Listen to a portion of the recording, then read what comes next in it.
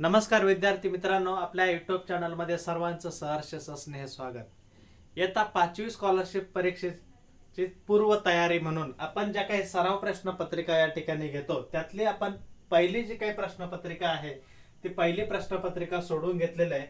जुलै महिन्यामधील भाग 1 जो आहे त्या भाग 1 वर म्हणजेच मराठी आणि गणित यामध्ये गद्य उतार्याचे आकलन, शब्दांच्या जाती, त्यामध्ये नाम, सर्वनाम, विशेषण आणि क्रियापद या प्रकरणाचा समावेश असलेली थोडक्यात एक 15 वाड्याची काही प्रश्नपत्रिका आहे ती आपण सोडवून घेतलेली आहे. त्याची जी काही आन्सर की आहे त्याची आन्सर की त्याच्या प्रश्नांचं संपूर्णपणे स्पष्टीकरण आजच्या व्हिडिओमध्ये आपल्याला पाहायचं आहे.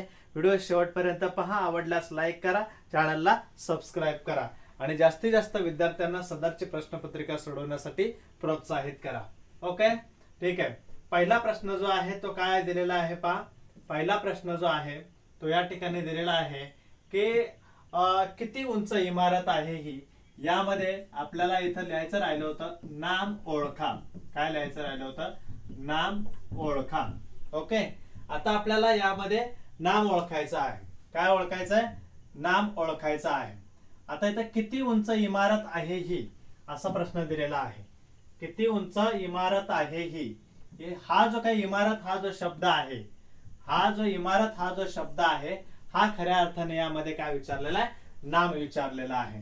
तर नाम म्हणजे काय? तर विविध वस्तू असतील, प्राणी असतील, पशु असतील, पक्षी असतील, यांना इन जनरल सर्वसामान्यपणे दिलेलं जे नाव आहे त्याला आपण काय म्हणतो? नाम म्हणतो. बरोबर आहे. नामाचे प्रकार नेमके कोणते आहेत, ते कशा पद्धतीचे ओळखायचे याच्यावरती सविस्तरपणे व्हिडिओ आपण अपलोड केलेला आहे, तो तुम्ही पूर्णपणे पाहू शकता. ठीक आहे. आता त्यानंतर पुढचा प्रश्न जो आहे तर पुढचा प्रश्न काय दिलेला आहे की खालीलपैकी नाम असणारा पर्याय ओळखा. आपल्याला नाम असणारा पर्याय ओळखायचा आहे. श्रीमंत, गरीब, गरिबी आणि गंभीर. श्रीमंत, गरीब, गरिबी आणि गंभीर. यामध्ये गरिबी हा काय आहे? नाम असणारा पर्याय आहे. गरिबी, कारण भाववाचक नाम जो आहे त्या भाववाचक नामामध्ये गरिबी हा शब्द जो आहे तो त्या ठिकाणी येतो. ठीक आहे. गरिबी. आपली जी काय आन्सर की असेल ते आन्सर की समोर ठेवा आणि चेक करा. त्यानंतर गारवेल जांभळ्या फुलांची डोलेल वाऱ्यावरती या ओळीत एकूण किती नामे आलेली आहेत. आता एकूण किती नामं आलेली आहेत ते आपल्याला या ठिकाणी शोधायचं आहे. एकूण या ओळीमध्ये एकूण नामं किती आलेली आहेत. आता यामध्ये बघा, गारवेल हे एक नाम आलेलं आहे. कोणतं? गारवेल. त्यानंतर फूल हे सुद्धा एक नाम आहे. त्यानंतर वारा हे सुद्धा काय आहे? नाम आहे. म्हणजे एकूण किती नामं आलेले आहेत रे? 3 नामं आलेले आहेत. या वाक्यामध्ये एकूण 3 नामांचा समावेश करण्यात आलेला आहे. प्रश्न 4 पहा. पुढील पैकी नाम नसणारा शब्द ओळखा. पुढील पैकी नाम नसणारा शब्द ओळखा. आता इथं नाम नसणारा शब्द कोणता आहे पहा. विचार, निर्झर. निर्झर म्हणजे काय तर झरे, बोलणे. आणि अपुरा. या ठिकाणी अपुरा हा जो आहे हे आहे विशेषण. अपुरा हे काय आहे? विशेषण आहे. म्हणून नाम नसणारा शब्द कोणता आहे तर अपुरा आहे. नाम नसणारा शब्द कोणता आहे?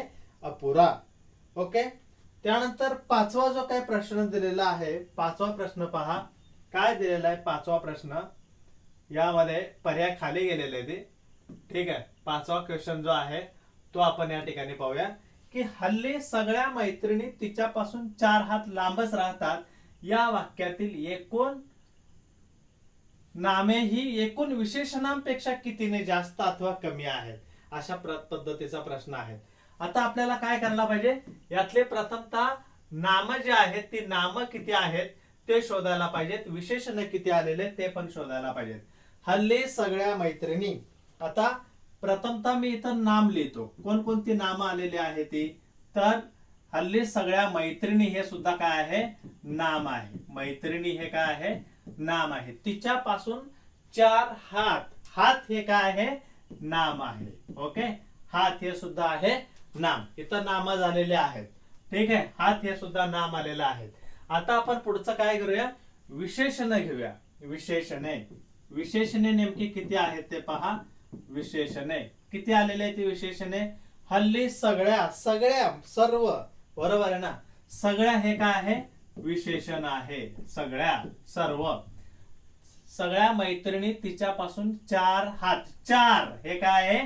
विशेषण. संख्या विशेषण मध्ये येतोय. विशेषणाचे प्रकार जे आहेत, विशेषणाचे प्रकार आपण लक्षात ठेवले पाहिजेत.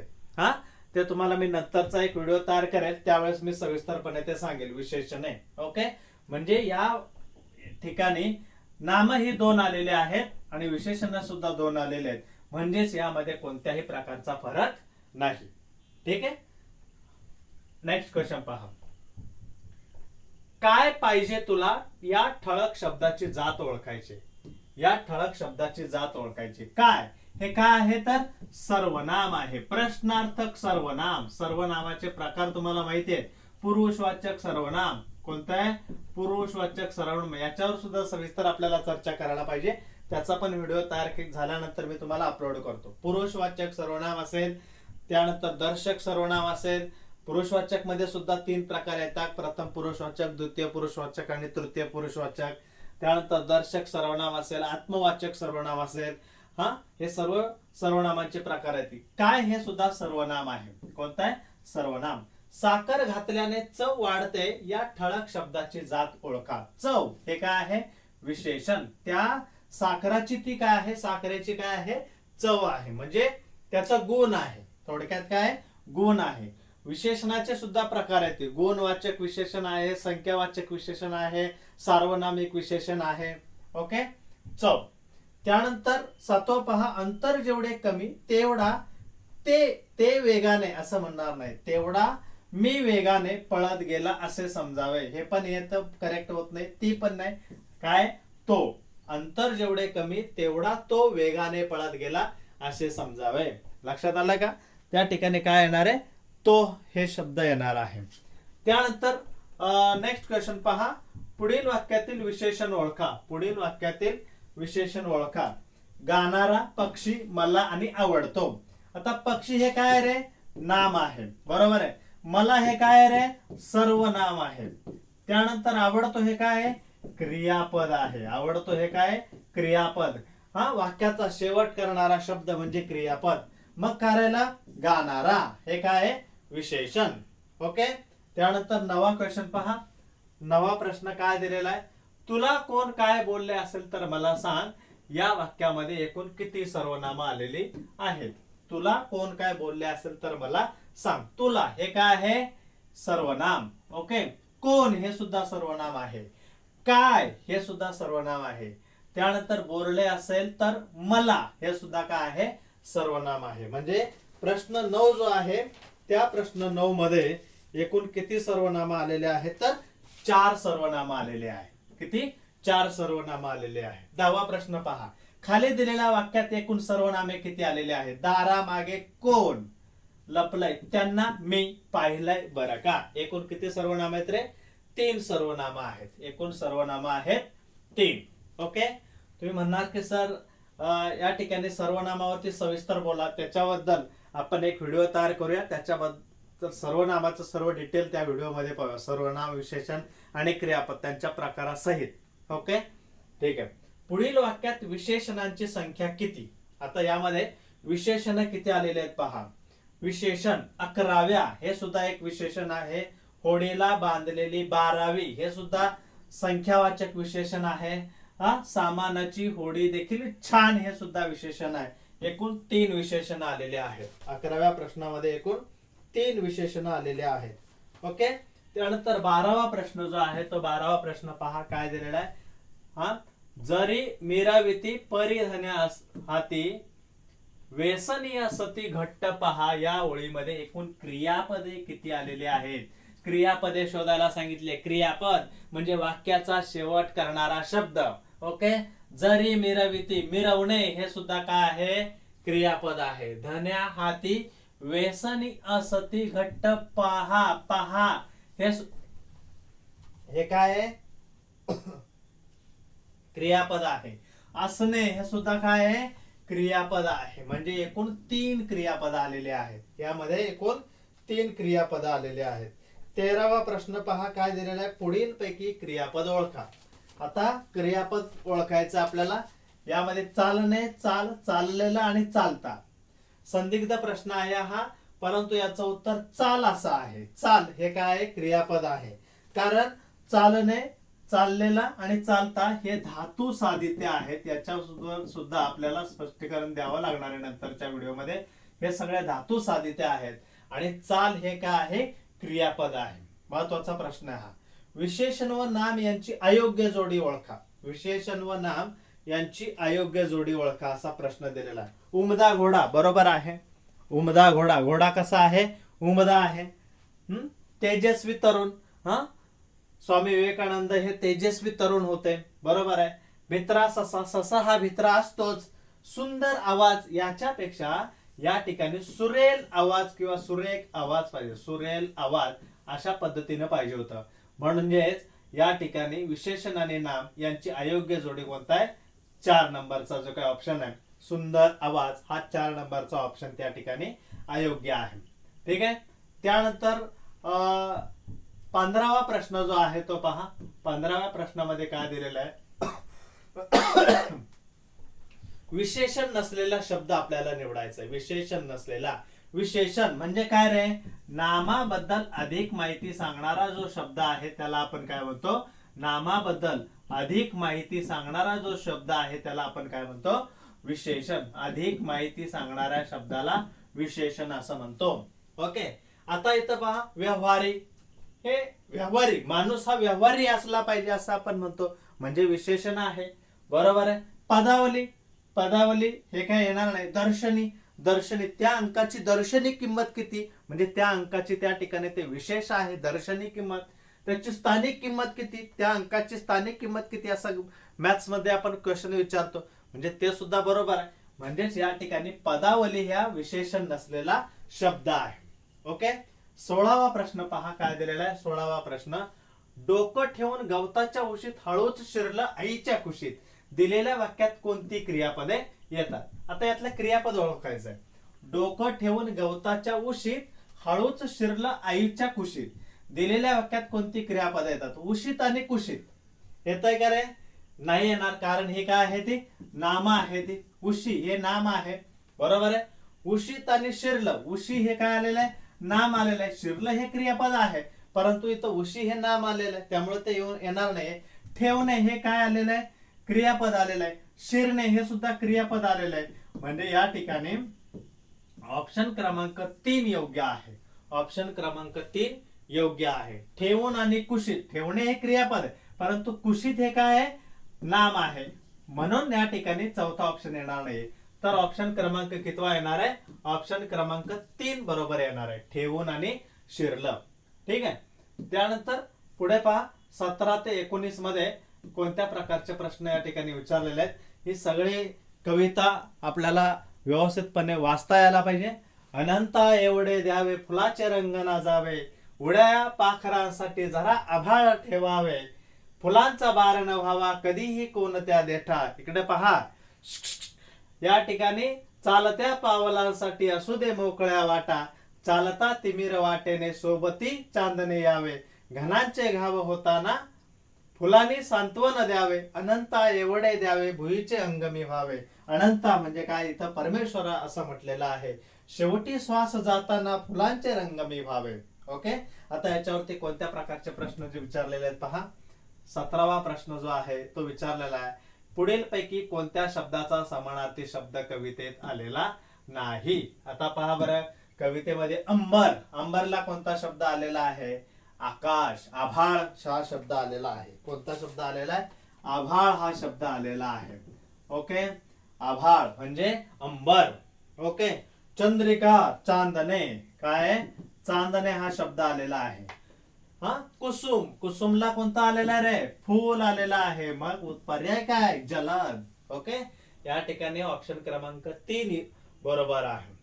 कवी कोणाकडे मागणे मागत आहे? अनंताकडे मागणे मागत आहे, म्हणजेच परमेश्वराकडे मागणे मागत आहे. ओके. त्यानंतर नेक्स्ट पहा, याच्या पुढे काय दिलेलं आहे? कवीची शेवटची इच्छा कोणती आहे? कोणती आहे रे? इथं दिलेलं आहे पहा, कवीची शेवटची इच्छा, शेवटी श्वास जाताना फुलांचे रंग मी व्हावे. काय म्हटलेलं आहे? फुलांचे रंग मी व्हावे, मला फुलांचा रंगामध्ये मी फुलांचे रंग व्हावे, अशा पद्धतीने कवीने शेवटची इच्छा व्यक्त केलेली आहे. पहा बरं इथं शेवटची इच्छा काय, फुलांचे रंग व्हावे. ऑप्शन क्रमांक 3 जो आहे तो या ठिकाणी योग्य आहे. ठीक आहे. आता त्यानंतर नेक्स्ट क्वेश्चन. हा उतारा व्यवस्थित वाचायचा आहे. मुलांनो, तुम्ही पुस्तके वाचता, आजच्या तासाला आपण पुस्तक कसे लिहायचे याबद्दल चर्चा करूया. म्हणजे हा संवाद नेमका कोणत्या ठिकाणचा आहे तुम्हाला लक्षात आलं. मुलांनो, तुम्ही पुस्तके वाचता, आजच्या तासाला, तास हा कुठे होतो रे, शाळेमध्ये होतो. कुठं होतो, शाळेमध्ये होतो. म्हणजेच हा संवाद शाळेमध्ये सुरू आहे. बरोबर आहे की नाही. हा आई म्हणते की आपल्याला चल आपला हा तास आहे आणि आता आपण पुस्तक वाचायचंय, असं म्हणत नाहीये. शाळेमध्ये गुरुजी म्हणतात, शिक्षक म्हणतात की आजच्या तासाला आपण पुस्तक कसे लिहायचे याबद्दल चर्चा करूया. म्हणून हा संवाद शाळेमध्ये घडतोय. ओके. त्यानंतर काय, हस्तलिखित म्हणजे काय, अशा प्रकारचा सुद्धा प्रश्न विचारला. हाताने लिहिणार आहोत, हाताने लिहिले म्हणजे त्याला आपण हस्तलिखित असं म्हणतो. ओके. गुरुजी त्यात कोणी लिहायचे, अरे तुम्हीच लिहायचे. इथं कोणाचे नावं दिलेले नाही. मुलांनो, तुम्ही पुस्तके वाचता म्हणजे या ठिकाणी किती मुले आहेत त्याचा सुद्धा आकडा या ठिकाणी आपल्याला काही दिलेला नाहीये. ठीक आहे. बघा प्रश्न ते कोणत्या विचारलेत. हा संवाद कुठे घडला असावा, कोणत्या ठिकाणी घडलेला आहे, शाळेमध्ये घडलेला आहे. कारण पुस्तक कुठे आहे, तास कुठे असतो, शाळेमध्ये असतो, शाळेत घडलेला आहे. हस्तलिखित म्हणजे काय, हाताने लिहिलेलं आपण काय म्हणतो, हस्तलिखित असं म्हणतो. संवादामध्ये किती जणांचा सहभाग आहे तर सांगता येत नाही. किती विद्यार्थ्यांचा सहभाग आहे तिथं दिलेला नाहीये. मुलांना असं म्हटलेलं आहे, संख्या आपल्याला लक्षात येत नाही. ओके. फार सोपा प्रश्न असतोय हा, व्यवस्थितपणे निरीक्षण केलं तर लक्षात येतं. त्यानंतर नेक्स्ट प्रश्न काय दिलेला आहे, सुधीरला खेळाचा नाद असल्याने त्याच्या कानी कोणताही नाद पडत नाही. या वाक्यातील अधोरेखित शब्दाचा अर्थ पर्यायातून निवडा. नाद या शब्दाचा अर्थ आपल्याला शोधायचा. सुधीरला खेळाचा नाद असल्याने, नाद म्हणजे काय, व्यसन आहे का, त्याचा खेळाचं व्यसन आहे का, नाही, खेळाचं व्यसन नसतंय. नाद म्हणजे छंद. बरोबर आहे. छंद म्हणजेच आवड. छंद म्हणजेच काय, आवड. ओके. म्हणजेच त्याला खेळाची आवड आहे. त्याचा अर्थ काय होतोय, खेळाची आवड आहे, अशा प्रकारचा त्याचा अर्थ होतोय. ओके. म्हणजे याचा ऑप्शन क्रमांक 2 बरोबर आहे. त्यानंतर 24वा प्रश्न, पुढील पैकी विशेषण असणारा पर्याय ओळखा. आपल्याला विशेषण ओळखायचं आहे. आपल्याला विशेषण ओळखायचं आहे. जेवण खान, पाऊस पाणी, दाना गोटा आणि जाडा भरडा. आता यामध्ये नेमकं कोणत्या प्रकारचं विशेषण आलेलं आहे ते शोधायचे. जेवण खान, पाऊस पाणी, दाना गोटा आणि जाडा भरडा.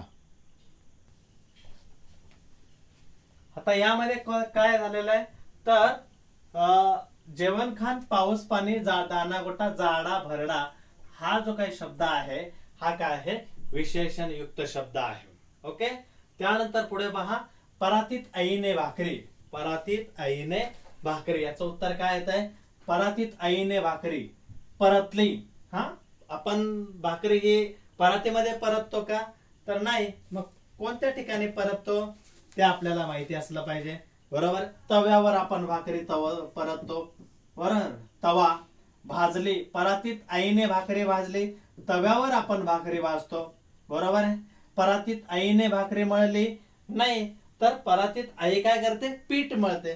काय, पीठ मळते. म्हणजे हा पण ऑप्शन नाहीये. मग परातीत आईने भाकरी थापली हा ऑप्शन या ठिकाणी करेक्ट आहे. अशा पद्धतीने एकूण 25 प्रश्न तुम्हाला विचारले होते. या 25 प्रश्नांचं सविस्तरपणे इथं स्पष्टीकरण दिलेलं आहे. ओके. याच्या नेक्स्ट व्हिडिओमध्ये गणित विषयावरचे जे काही स्पष्टीकरण आहे ते मी तुम्हाला देणार आहे. तोपर्यंत सदरचा व्हिडिओ तुम्ही व्यवस्थितपणे पहा आणि गणितचा जो काही व्हिडिओ आहे तुम्ही नेक्स्ट टाइम अपलोड करतो. कारण मोबाईलवरती सर्वच जे काही आहे ते अपलोड होत नाहीये. पूर्णपणे सलगपणे व्हिडिओ होत नाही. त्याच्या पुन्हा आणि जोडायला वेळ लागतो. लक्षात घ्या, मराठी या विषयावरती एकूण 25 प्रश्न आपल्याला विचारतात. त्या 25 पैकी साधारणतः 50 गुण आहेत. आपल्याला 50 पैकी 50 गुण जर घ्यायचे असतील तर प्रत्येक गोष्ट बारकाईनं लक्ष देणं फार गरजेचं आहे. व्याकरण म्हणावं तेवढं सोपं नाहीये मित्रांनो. व्याकरणाचा भाग जो आहे तो अत्यंत बारकाईनं लक्ष देऊन अभ्यास करावा लागतो. हा महत्त्वाचा मुद्दा आहे. ज्यावेळेस आपण मोबाईलवरती व्हिडिओ बघतो त्यावेळेस पुस्तक समोर ठेवणं गरजेचं आहे. तुमची क्वेश्चन पेपर जे आहे ते क्वेश्चन पेपर समोर असले पाहिजे. त्यातले डाऊट्स जे आहेत ते डाऊट्स क्लिअर करून घेतले पाहिजेत. ओके, व्हिडिओ जर आवडला असेल तर चॅनलला सबस्क्राईब करा. जे तुमचे मित्र असतील त्यांना देखील शेअर करा. त्याचबरोबर लाईक मात्र जरूर करा. थँक्यू.